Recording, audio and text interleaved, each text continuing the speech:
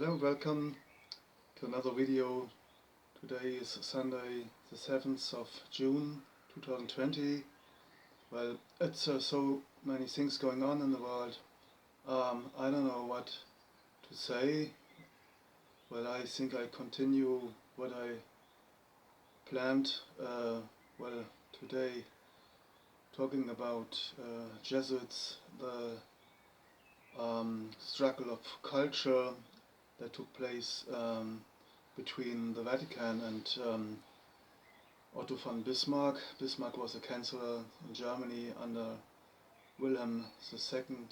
That was the time of 1871, when the Second German Reich, so the Reich after the Holy Roman Empire, was called the Second Reich of Germany, under the leadership of Prussia. Well, I plan to continue this, but but I have also to say some other things. I float up a video from demonstration yesterday, Saturday in Frankfurt am Main. Well, and that was for me important to show you how this assassination of George Floyd is exploited here, that they weaken the demonstration for our constitution, the Grundgesetz. There were the last weeks, every Saturday, where in the whole country, I think in over 100 cities, there were demonstrations, still are, but now they have a problem.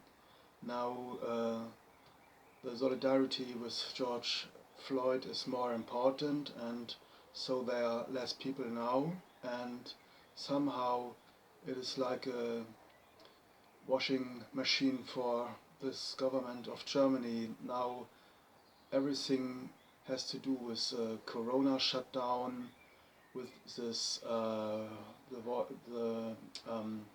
breaking of our constitution, that the people are not allowed to demonstrate anymore. So this whole stuff is out of the minds of the people, and it's like this coronavirus never had existed, like there was a spook and now it's away. So there are so many people yesterday at the city hall demonstrating against racism. Well, it's great. And well, they standing so close together, they had no problems. Nobody was coming and telling them, well, no, you have to keep the distance. Nobody. So they could do what they want. And the other demonstration, the demonstration against the corona measures, so they had to keep the distance, and the police had to protect them from this angry Antifa.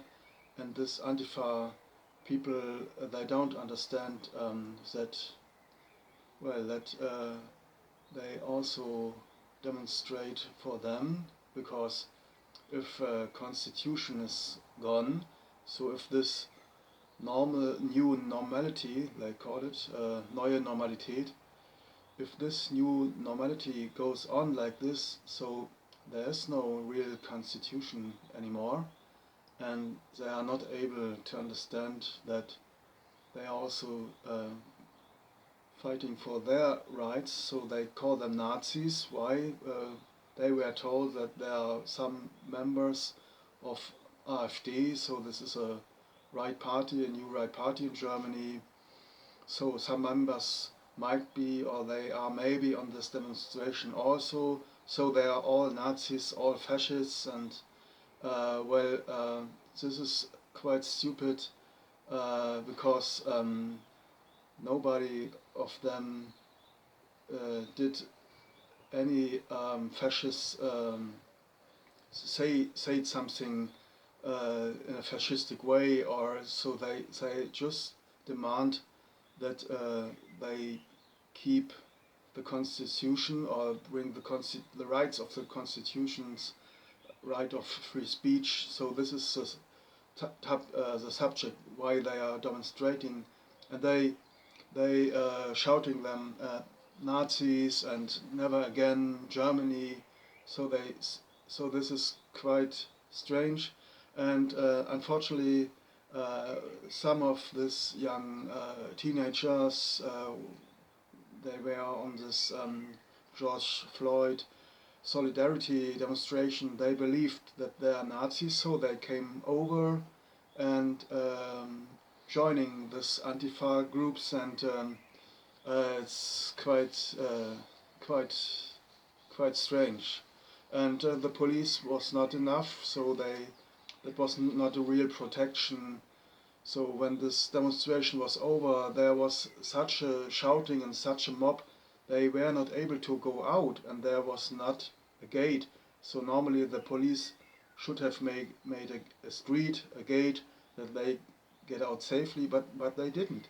So this is quite a message for them. You can demonstrate, but you can't feel sure. So I think this is also violating the constitution, that so they are not really able to demonstrate because the police is not protecting them in a right way, so that they really feel safe. They felt unsure, and it's quite a crime. And now everybody is in solidarity with George Floyd. That this is quite all right. This is okay. But they forget if our constitution is violated, if this new normality goes on, there will be quite more people dying than just George Floyd. Don't misunderstand me. This was a cruel assassination, and somehow I have.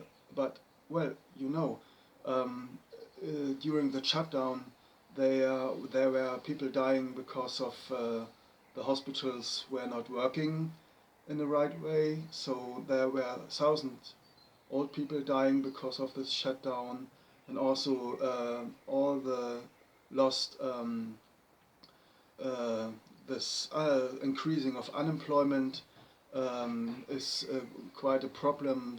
The suicides are increasing worldwide, and nobody's talking about this. Well, I think this is not okay, and this Merkel government now, it is like a gift for them, so that they are out of the line of fire. And normally there should be a committee of inquiry, because they did a lot of wrong things, and normally this government could not go anymore. But now nobody is talking about this anymore. It is all about race hate. The so funny thing is, the black people here in Germany, they have no idea what is what it is. How is it to be black in the US? They have no suppression here. They live quite a good life. Maybe they are better paid. They have not this better paid jobs like the German white people. Well, this is true. They have not the same chances, but they are quite free. The police never. Well, maybe some Turkish guys have problems because well, some white police officers don't like the Turkish people sometimes. But the black people here, they have not this suppression, not at all. It is somehow, I have the feeling that they have a good life here, that are they like to be here in Germany. It's a good country for them.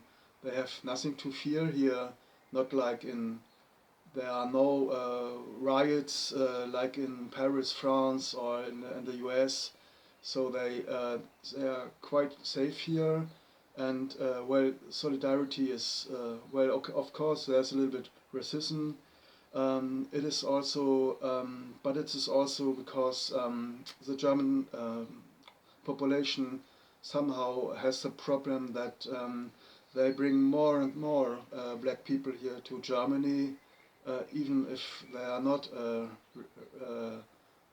if they have no problems. So there are contracts between Angela Merkel and the government of Nigeria to bring normal people, people they don't have any problems. Okay, better this, maybe this life in Nigeria is not so well like here in Germany, but there are no refugees, and they are not suppressed by the government, so that they come here regular to, well, you know, there's this plan, this Soros plan. In fact, it is a plan of the Vatican, of the Jesuit order, to replace this white race, because the white race was the only race that made a reformation, that opposed the Pope, and this they never forget this, and this is the reason why they bring all these black people here, and where the German population somehow feels that they are maybe in 100 years not here anymore, so that they are breeded out. So, well, I mean, there's a fear, and we have also talked about this, but now it's not possible. Now, if you say this now, so the crowd will shout you a Nazi, a racist. There was a girl. She had a young girl. Well, she was not very old. I think she was still going to school, and she had a sign. Racism is the hate of the small penises. Well, interesting point of view.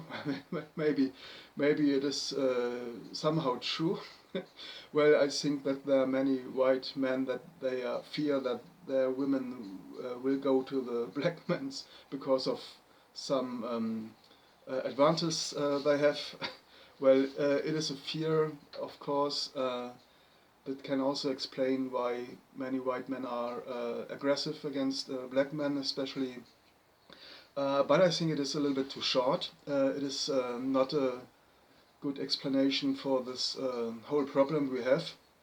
And I think this girl, well, if this is the only problem she has, she will be fucked in another way that she could imagine, because if this constitution is away, we will have a real problem that we can't go out anymore, that free speech is impossible then, and all these restrictions are going on.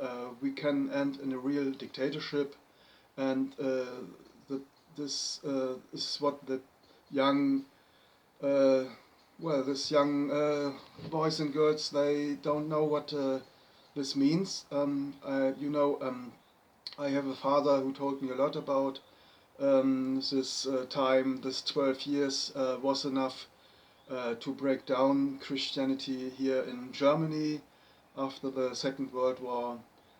We had never again this life like before. So also the friendship with other Protestant nations, with Russia,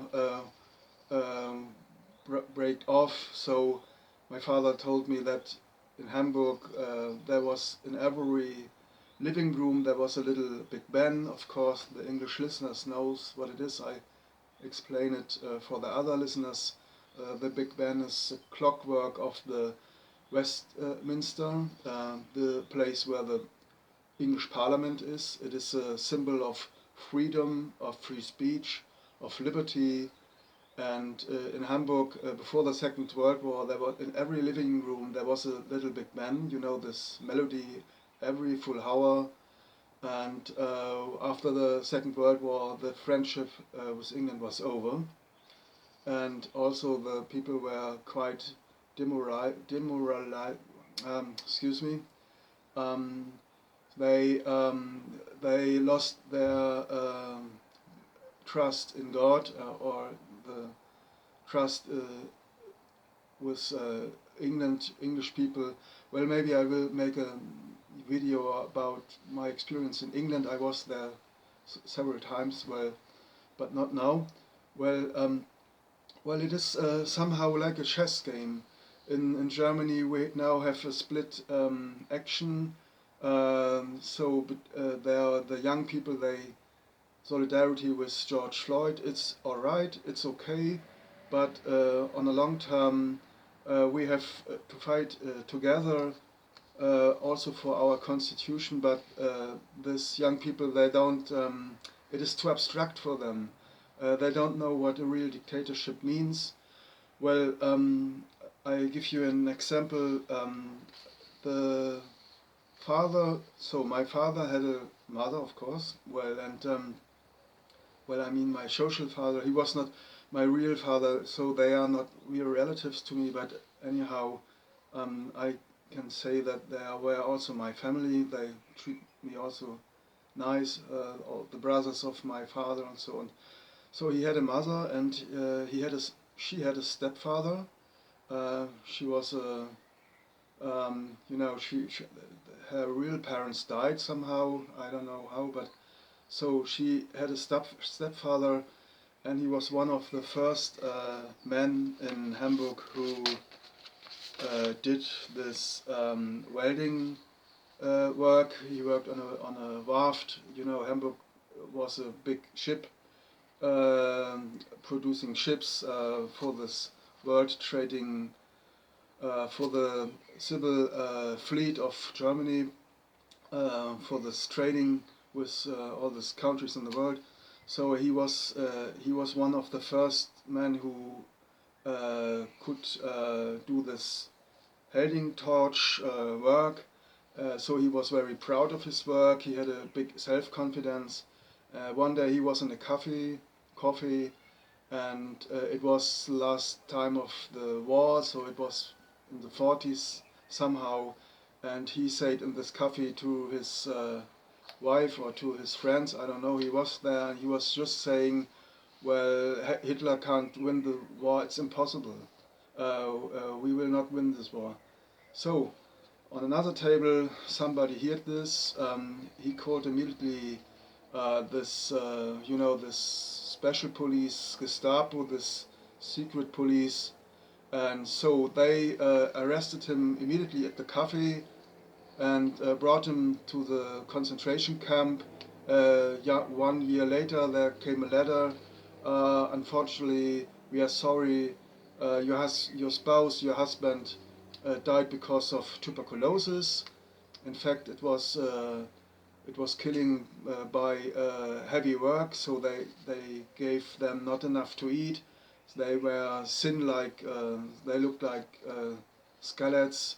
And this gas chambers were in Poland, but in Germany they had everywhere this camps of prisoners, political prisoners, and well, that's it. He had to go into this earth. They were burning bricks for Hitler's uh, great buildings he wanted to build. So they sent him to Neuengamme. It's in the south of Hamburg. It was a concentration camp for the political prisoners. So all the communists, all these social democrats, they were there. Also people who said the wrong thing in the wrong moment.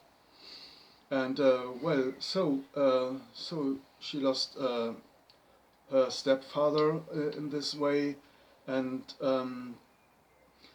so this is it. When you have a real dictatorship, you can't say anymore what you want to say, and somehow it was the same in East Germany, in the GDR. There were no concentration camps, and they were not killing the people because of work. They put them in prison like Bautzen or Hohenschönhausen. It was in East Berlin, and they treat them really hard. If you have a real dictatorship, then it's over. Then also this solidarity demonstration for George Floyd, it's not. There's no demonstration anymore. No one, and this is what they don't understand.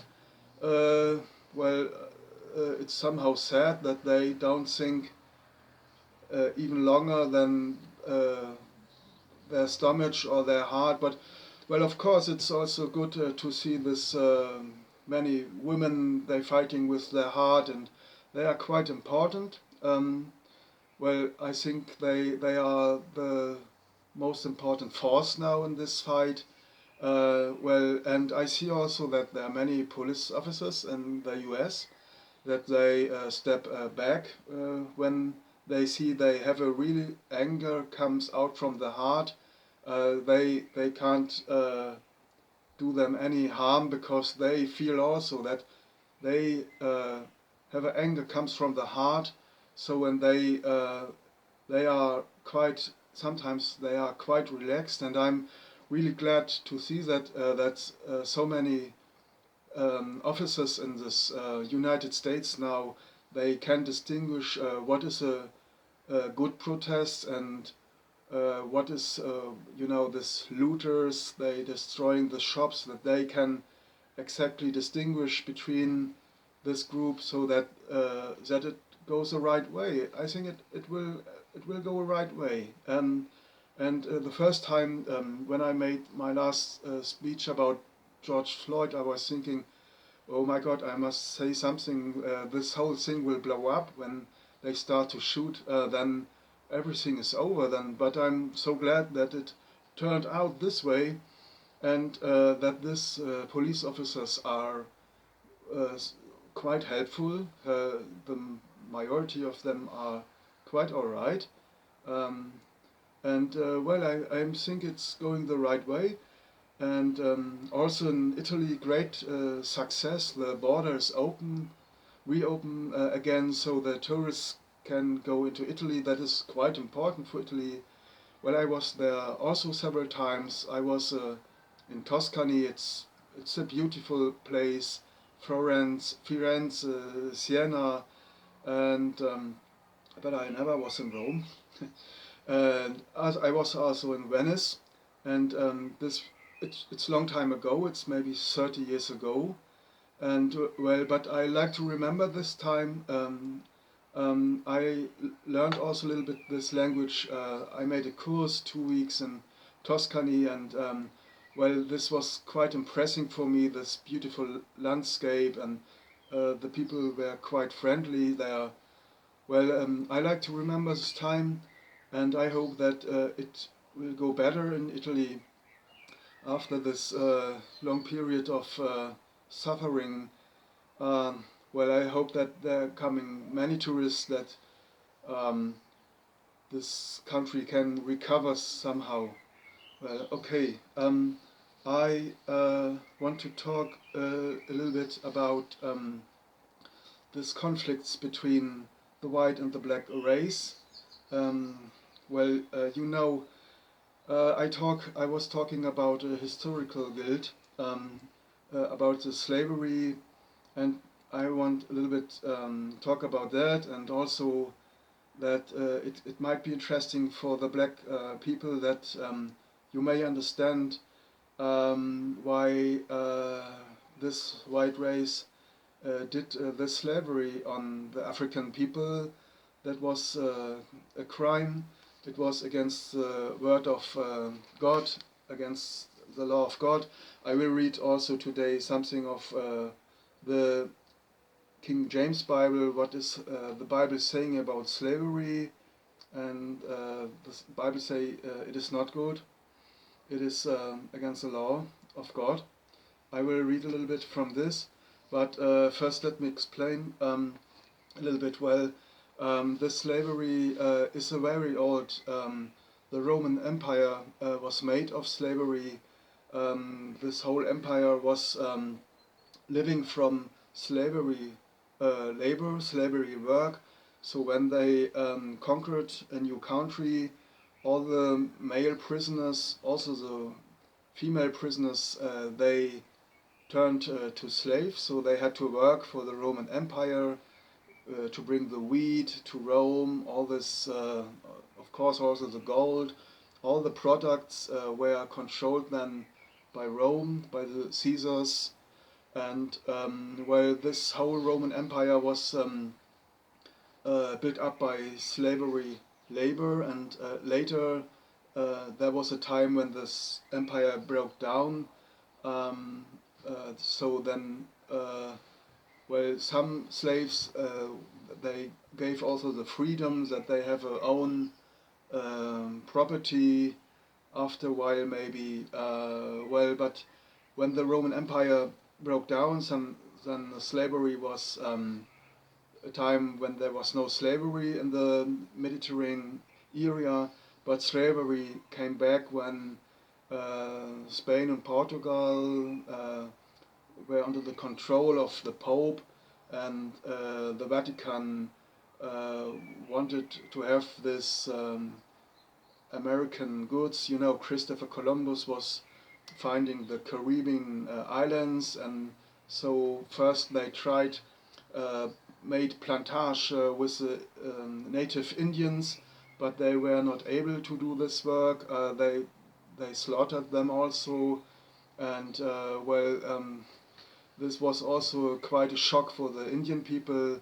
They were not used to this violence, and also the black people who met the white people when they came with the ships, the Portuguese ships and the Spanish ships went to Africa. So they thought they are friends, but they were not prepared. This cruelty, this tricky way of thinking. How can I exploit other people?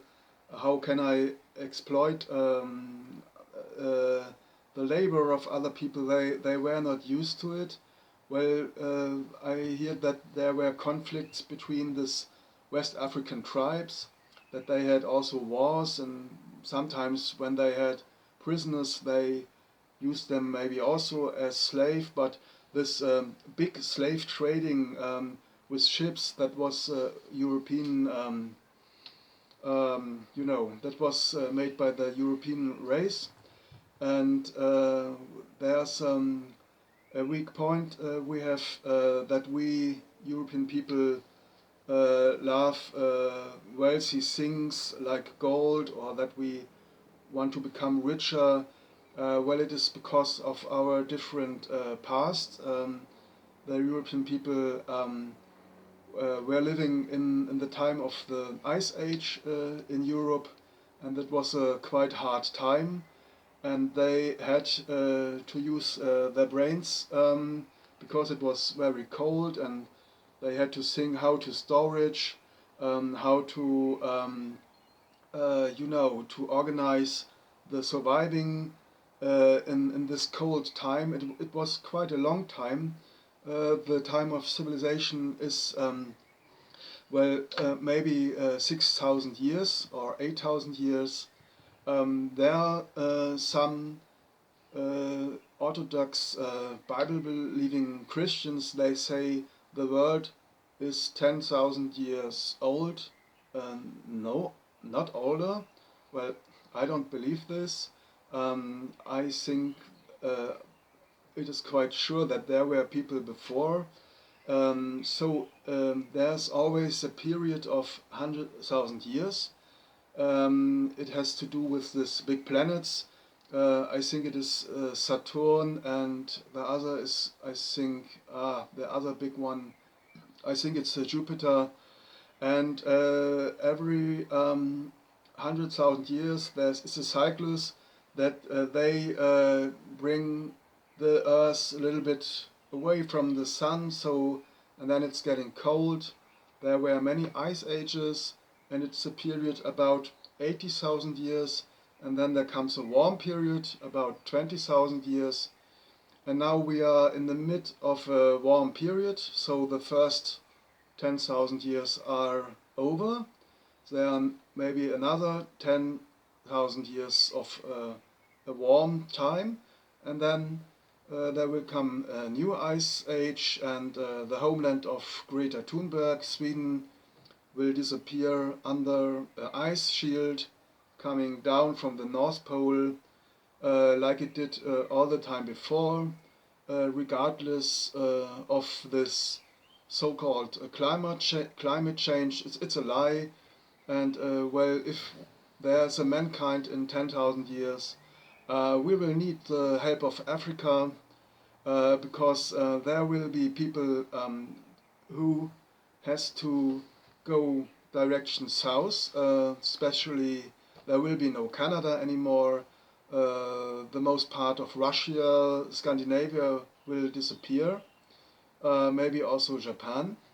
Well, this is the truth, and well, it's still 10,000 years we have, but well, the past of the European people is somehow that they survived in this colder region of the Earth in the Europe between the ice shield went well in the north of Germany where it is all flat. There was the ice shield, and then in the south of Hanover somehow begins the mountains. That was the border of this ice shield, and there was life between the Alps and in the other parts of Europe. But in Sweden and so on, in Canada there was no life possible. There was only a big ice shield, and well, this life was quite hard. There was no agriculture, and maybe a little bit, but not very much. And there was no cattle breeding. This all starts maybe 6,000 years ago. So you can say the cradle of civilization is somehow the Middle East. Well, there were also China, there were also Central America, you know, the Incas and the Indian tribes in North America. They had also agriculture and cattle breeding. They had also some animals, but the main agriculture revolution starts in Middle East countries now like Iraq, Iran, of course also Israel, Egypt, and all this Middle East region. They started with channel building the Egypts to bring this water on this fields that they grew this plants, you know, and this is quite a short period. It's only 6 or maybe 8,000 years ago that they started it, and all the other time before 80,000 years about, we had we European people had very different conditions. It was about hunting. It was also cannibalism, that they tribes killed each other to have something to eat, and well, and they get very excited in a war. So if we win the war, we have new meat, or if we catch this animal, and when they saw this blood, they get very excited, and there was also a connection between sexual arousal and blood. It came from this time. We still have it in us. This explains maybe also this addiction to this satanic cults that now it's worldwide. But I think it started with the European people or in the Middle East. There are places in the Bible. Well, but this is not what I want to say today. I just want to explain this black people, why we are so cruel and so tricky in our past, and now we have a chance uh, to keep the laws of God. Well, God, you know, Moses on the mountain of Sinai received these laws, and don't kill anybody, and keep peace with your neighbors. So if you want to build up a civilization, you have to keep the laws of God. So otherwise there's no civilization possible if everybody kills everybody. So that will end in a chaos. So this is the reason why Moses received the laws of God. But there are people who don't accept these laws, creating all this chaos in the world. And well, it is a quite interesting moment now in the history of mankind. We have the chance to change it all to the good, to the best way, finding back to God, also to Jesus Christ, or we will all end in a chaos and a war, and maybe civilization then will be over. Their plan is to build up a new slave holding society. Elite will rule the world, and the rest of the mankind will serve as a slave. They try to create a new slavery society, slave-holding society.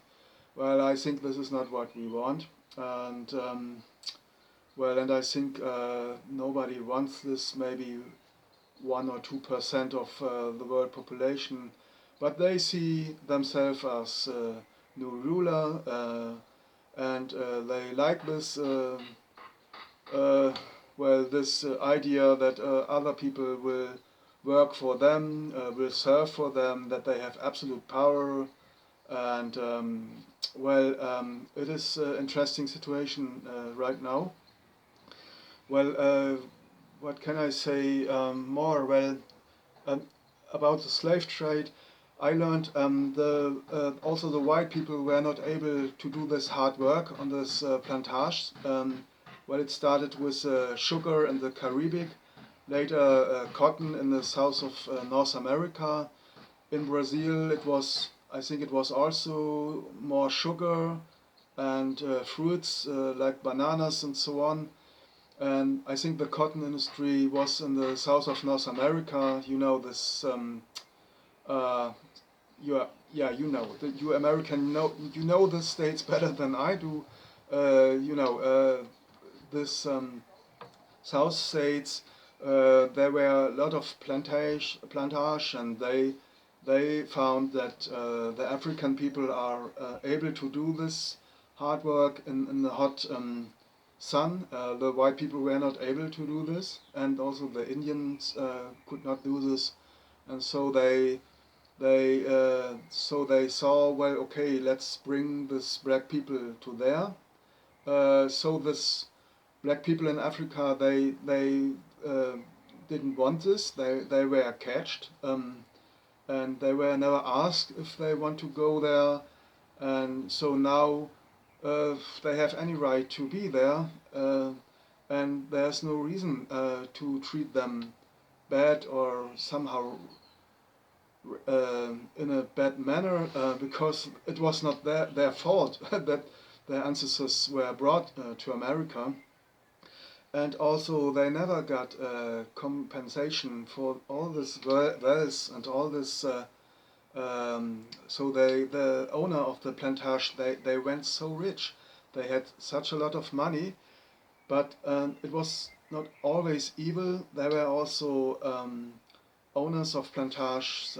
They treated their black people right. So not everybody was cruel, but of course it was a crime to hold slaves and bring them to America against their will. And as I said in the last video, many died on the way. So they had under the ship there was no light. They were absolute in the dark for weeks or months. I think one way needed maybe 1 or 2 months, and so on. Many died, and then they just throw them like garbage over in the sea. And that was quite a crime. It was a crime, I would say. It's difficult stuff. If you think we German, we did not slavery, this is not true. There were salesmen or businessmen from Brandenburg. That was the time before Prussia came. They were involved in the slave trade, and we had also colonies in Africa. We did a lot of the German infantry. They made a slaughter in southwest Africa. Now it's Namibia. There was a revolution. The black people try to make a revolution, they shoot them all. So that was a genocide the Germans did. They are no better than other European nations. But we lost colonies after the First World War because of the Treaty of Versailles. So Germany had to give up these colonies, and they were late when they became a sea power, when they had a fleet. Africa was already divided between France and England, where Spain and Portugal were dropped out by English army, I think. Well, and so all European nations, also Belgium, they had Congo. The Netherlands had also colonies. They had also New York in the beginning, but they lost New York to England. Well, all European nations, you can say, were in this crimes against African people involved, and Italy not as a nation, but the Vatican controlled this slave trading of Portugal and Spain. Later also in England, when the Jesuit order took over England. But I can't say what time it was. It was a little bit later. In the beginning, I heard, well, this is from Eric John Phelps. He said that the first people from England came to America. They treat the Indian natives in a right way, so they had respect. But later, the African people were also used against the Indian the natives in North America. This Indian wars, and they called them Buffalo Soldiers because they had this dreadlocks, this African men. But they had they had to do this, and well, so they bring all these people against each other, creating wars, not creating peace. And people who stands with their feet in the Word of God or believing in the Bible, they can't do this. The first Protestant people from England came to America. They treat these Indians right, and they were celebrating Thanksgiving together. So there was no war in the beginning, but it changed all when this Jesuit system came over America, when they took over control. Well, I recommend you to see this films also I have in my channel. So there are some films about American history, about slave trading and so on. Well, what is very interesting is I found a new YouTube channel, and there's a woman. She said something about the family of Ursula von der Leyen. Her ancestors were a big slave trading family in South Carolina, and now she is the president of the European Commission and wants to take over control over German matters. Well, I tell you a little bit. There was on the 5th of May 2020, so this is maybe just 4 weeks ago. There was a court decision by the highest court in Germany, Verfassungsgericht, and the decision was that the public sector purchase programs that the European Central Bank went into this business was against the European law. So they bought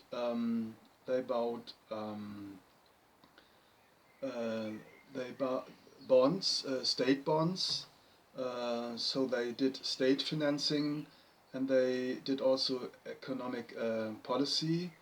and it is not regulated in the European law, but they did it. And this highest court of Germany said, well, this was not legal, and this has to turn back.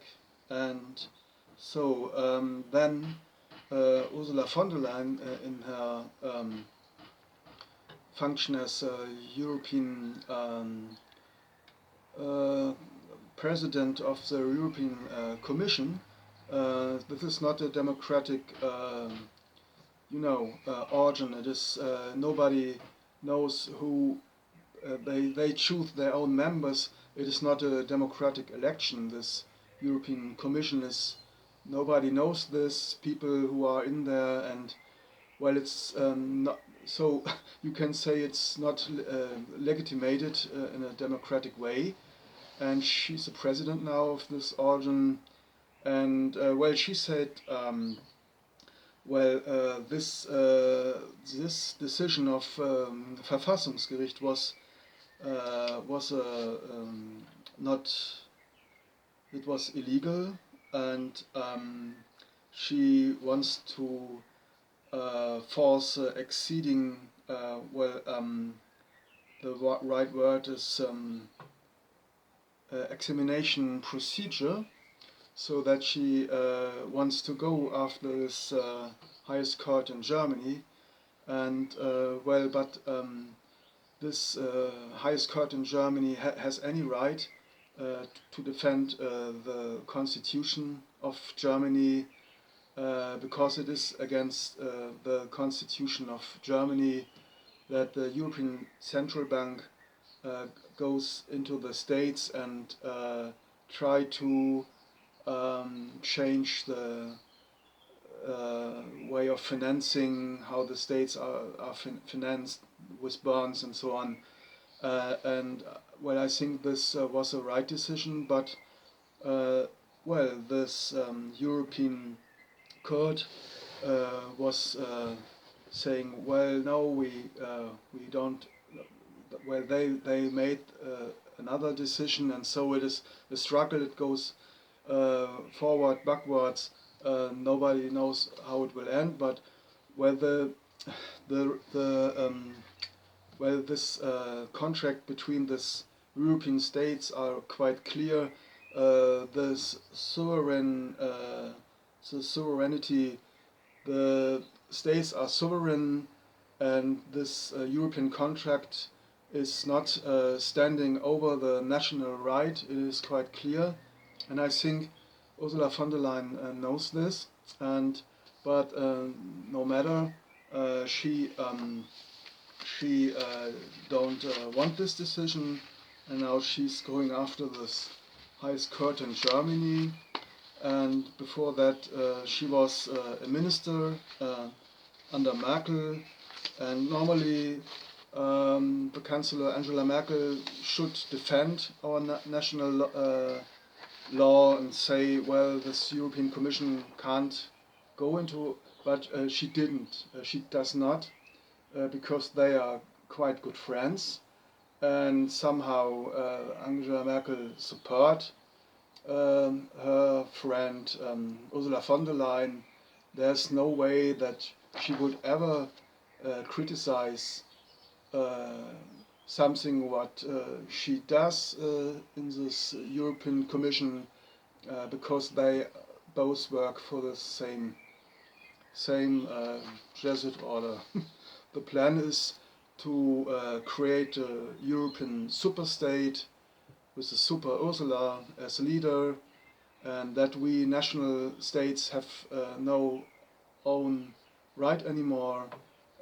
So this is a plan, and it is quite interesting that Ursula von der Leyen, the ancestors are slave traders, and let me read a little bit what I find out. Well, first there was a YouTube channel by the woman, I don't know the name of the woman, but the name is You Are Free TV, and she brought me to this idea that shows she found out that her family originally is from US, from South Carolina, and they were involved in slave trading. And I went into Wikipedia. It is all from Wikipedia. You can all find this what I read now, but I have to read. It is so amazing that now that she tries now to break our national law, and not long time ago her family was very rich because of this slave trading of black people, bringing black people to Africa and then bring this cotton to this London market. And well, I try to find this. I will find it. It's only a question of time. But it's so important that I will read it.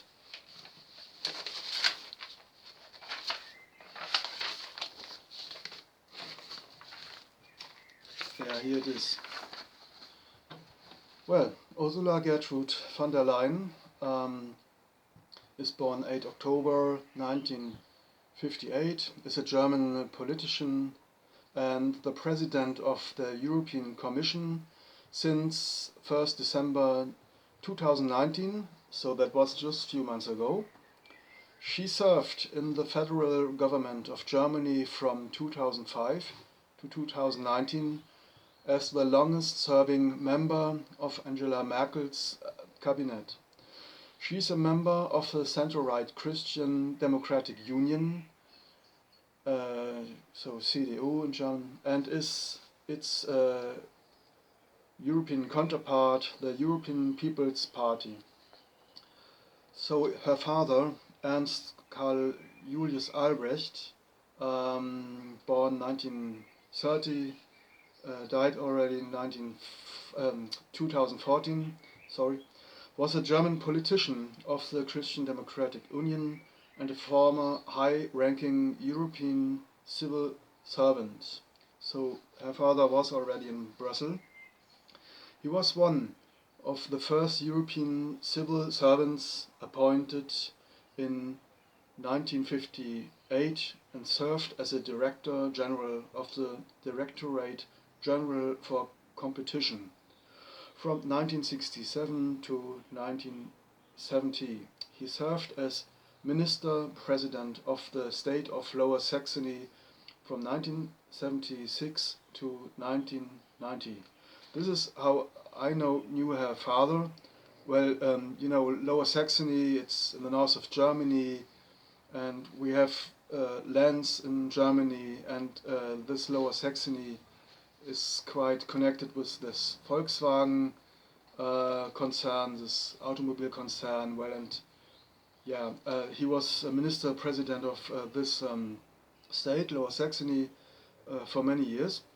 And now, again, the grandparents of Ursula von der Leyen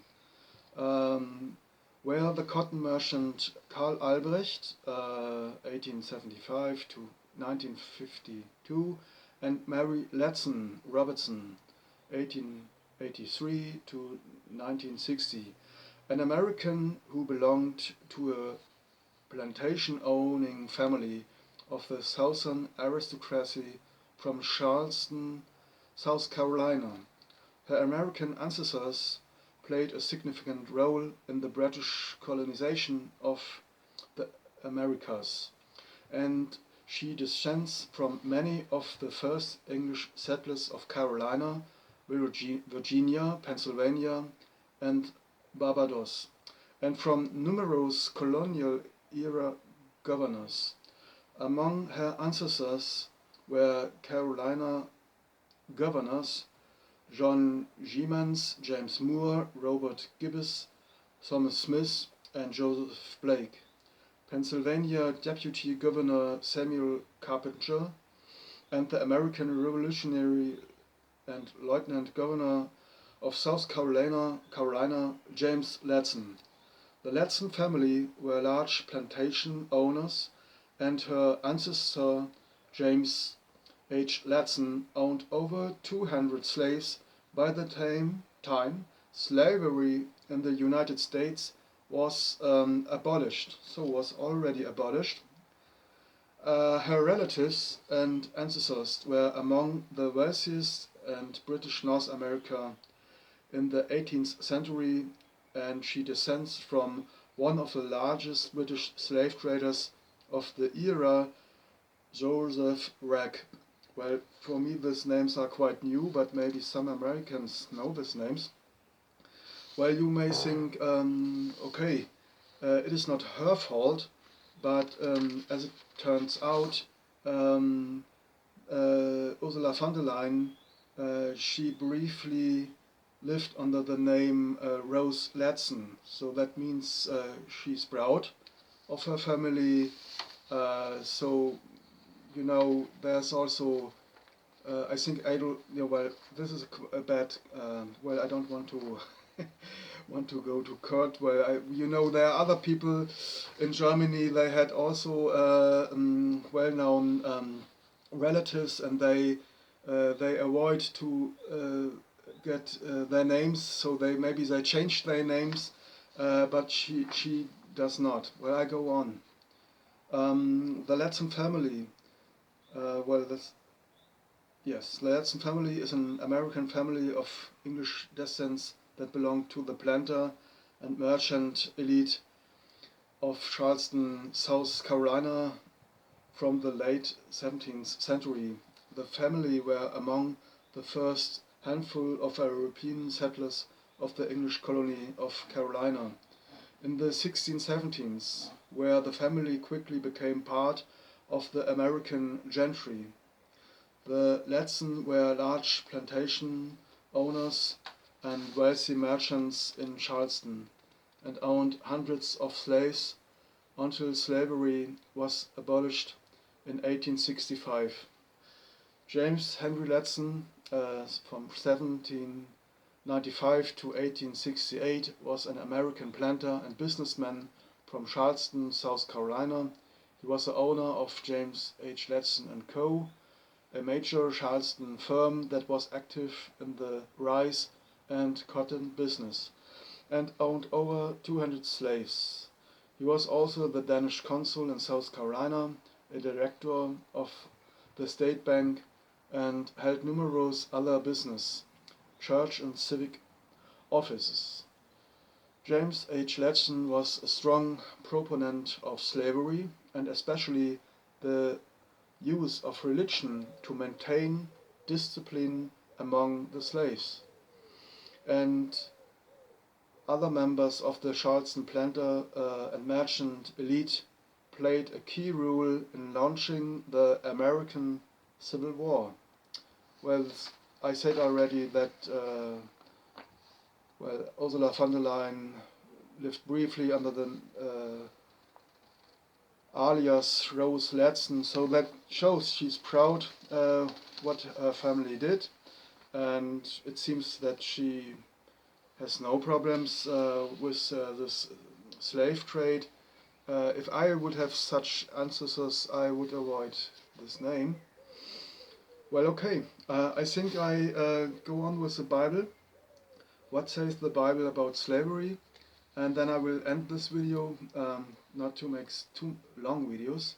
Well, it's just well, to help the black people in America in their fight, that they understand their history, and well, and so I mean, I will maybe don't read so fluent, because this King James Bible English, sometimes it's not easy for me to read. Well, but I think well, I have to read it, because it is quite important that your black ancestors were they had the word of God on their side, and the white people who did this slave trade, they violated the word of God, and they did a sin. They did things that were not right in the sight of God. It is from Exodus it is chapter. It is the chapter 21. The first. I start with the first 3 verses. Now, these are the judgments which thou shalt set before them. If thou buy an Hebrew servant 6 years, and he shall serve, and in the 7th he shall go out for free for nothing. If he came in by himself, he shall go out by himself. If he were married, then his wife shall go out with him. So this is about servants, about bounded people, where the Hebrew people, they knew this, but there was a limit. After 6 years, the law says, the law of Moses says, after 6 years, you have to let him go, because they were slaves in Egypt, and so that they treat their servants right, that they give them freedom, and they had to give them something with them, for example sheep or some goods. Don't let them go with nothing in their hands. So it's all here. But now there's an important verse. It is chapter 21, verse 16. And he that stealeth a man and selleth him, so that means sold him, or if he be found in his hand, he shall surely be put to death. That's quite clear, isn't it? So slavery was abolished among the children of Israel, and it was also when they maybe they conquered a country, a strange nation.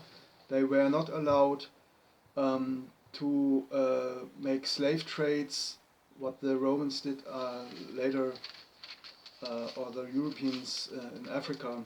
They were not allowed to do this, because God told them, you were a slave in Egypt, and you know what it means to be a slave, so I don't want to see this among you. Well, I go on with chapter 22. It is verse 21. Thou shalt never vex a stranger, nor oppress him, for ye were strangers in the land of Egypt. Ye shall not afflict any widow or fatherless child. If thou afflict them in any wise, and they cry at all unto me, I will surely hear their crying. And my wrath shall wax hot, and I will kill you with the sword, and your wives shall be widows, and your children fatherless. If thou lend money to any of my people that is poor by thee, thou shalt not be to him as an usurer, neither shalt thou lay upon him a surety. So that was also a strict law, that so that they don't exploit poor people, that they don't take advantage of a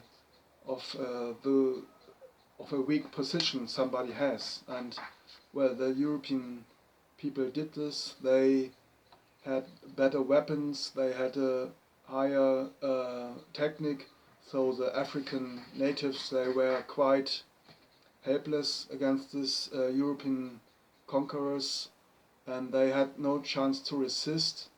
And the Bible says quite clear, it is against God's laws to suppress people. They are in a minor position, where the African people were at this time. So it was quite clear against the law of God. And you might think, well, how would it happen that the European people left the word of God? Well, you know, these traders and the salesmen, they are quite connected with the Vatican. It is also said in the Revelation, the salesmen, they will, when this great hall will fall, and all the salesmen, they will cry, oh, our richdom. So they are quite connected with the Vatican. That was in every time, and they don't care so much about the Bible. And you may ask yourself, how is it possible that a Protestant nation like England went into the slave trade? Well, well, I think they left the Word of God, and they were somehow well, compromised by this gold, by this trading, by this wealth they can earn with slave, and so they forgot all these words. And of course the Jesuit order also in England ruled the economy after a while. So this cotton market, and well, it was a crime. And well, I tried to explain why we European people are so tricky and take advantage in some situations. Well, we had a cruel time in the Ice Age. I think it is still in us, this bad behavior, and I think that the African people are quite closer to God, and the hate that white people has against you in North America is because it is a hate of the bounded souls, because the white people, they are in this white power structure and this hierarchies. They are pushed by their bosses, and so they are not free. And if they meet free people, they go so angry. The first thing the Spanish conquerors did, they slaughtered all Indians. They couldn't stand this pain inside them. You know, when you see free people, they are so innocent and free, and you feel your prison, they can't stand this. It's still today. Well, I'm sorry. Well, I realized it many times in my life that, well, maybe my school time I was many times suppressed, and well, I just was happy to be alive, and somehow there were other boys, they wanted to say, well, I'm stronger. I was not interested in this power games, so I kept apart, and my first friends in kindergarten were girls.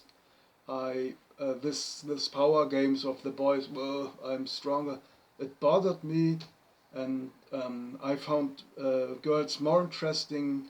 I had more common with them than with other boys in the beginning. Well, I had friends, male friends later. So, but anyhow, I realized it so many times that people who are not free in their minds, they hate the free. And I see that many African people are quite relaxed, quite free, and I think it is the rage of the living death also, that what is the reason for this race hate. And maybe it's also the bad conscience that the white Americans knows that their ancestors did crimes against the black people, and sometimes they fear that maybe they take revenge, that they take over. There was a film that dealt with this subject. I like this film. I have the CD of this soundtrack. It is the Planet of the Apes. Here you see Charlton Heston catched by some apes. Well, it is about apes, but it is somehow, well, somehow it has to do with the fear of the white man, that the black people maybe will rule somehow one day, and so that they will lose their power and maybe they will take revenge. So it's quite a funny film. I like this film very much. There are two different kinds of apes. They are more scientific race, more chimpanzee-like, and there's a military tribe, more gorilla-like, and so sometimes they argue, should we kill these humans or should we keep them alive? Well, it's quite funny. So then the story is they are they are in space, and they are somehow in a time loop. I think it was taken from this Einstein's relativity theory, that also time is relative, and then they came back, and they were not aware that they spent so many time in space, and they thought, well, this is a strange planet, and in the end they find out, they saw this State of Liberty, they found out it's Charlton Heston. He was the only survivor of this hound. Well, he found out that it is his own planet. It was the Earth, few thousand years later, and well, this planet now, so the apes took over control, and they do manhuntings, shooting the humans like animals, and this quite an amazing film. Well, I like this film. I like this the soundtrack. It's also from Jerry Goldsmith, the composer of the Star Wars music. And well, I like this film. I like science fiction a lot. When I was younger, and not so much anymore. Now we are living in science fiction, isn't it? We don't need no films anymore. Now we are in a quite a film. Nobody knows how it ends. Well, I hope. Well, I think it will end good. I believe this, and I hope we will come together about this race mixing. I don't know. I mean, I feel sorry for my country somehow. That, well, I think maybe some people will call me a racist, but what I just want to play a mind game. What will the African people say if there are coming maybe 1 million, 2 million white people, and they say, well, we have fun here, and maybe in 100 years people will looking like milk chocolate, you know, we mix you up a little bit. What will the Africans say? They will say, well, we are proud of our culture, and we will not allow that there are coming millions of Europeans. Well, of course, the African people say, you did this already when you conquered us, you took our women, and you had children with them. This is quite right, but well, it was not in this scale that the whole population is changing. And now in Germany it is somehow the case. Well, now I think it's 20%, and their plan is to increase it because the Vatican knows that the white race is quite clever. This is maybe also many people will now be angry, will call me a racist. How can he say that this white race is more clever than other races? Well, it has to do with the ice time. Only the people who used their mind were able to survive. You can say it was kind of evolution. Why is it that the most famous chess players coming from Russia? Have you ever thought about this? Well, and all these machines and all these techniques, where did it start? In the Protestant nations like England, America, also Germany a little bit. Well, well, I mean, in the last video I said there are no difference between races. I mean, in the heart there I feel no differences. Well, but in the history during the Ice Age there are different histories, and you know, it has nothing to do with that I say my race is better. Maybe it is God will that we mix, that maybe there will be a less aggressive people, they are less aggressive. You know, the ancestors of the European people, they were quite hunters, they were quite violent, and maybe it is God will that we make that there will be less violence in the world. I don't know. Maybe Soros is the servant of the devil and God in one time. Could be. Maybe it is a master plan. I don't know. The future will show. I hope we will live in peace together, and a better way than forcing all these people coming to Europe. This is what my government does, and all the other governments, except maybe some East European countries, they don't like this, but they force this. The better way would be to help Africa to build up own economy, that the people don't have to go. I mean, how can we say they are not allowed to come when we fucked up this continent for centuries? Excuse me, my words.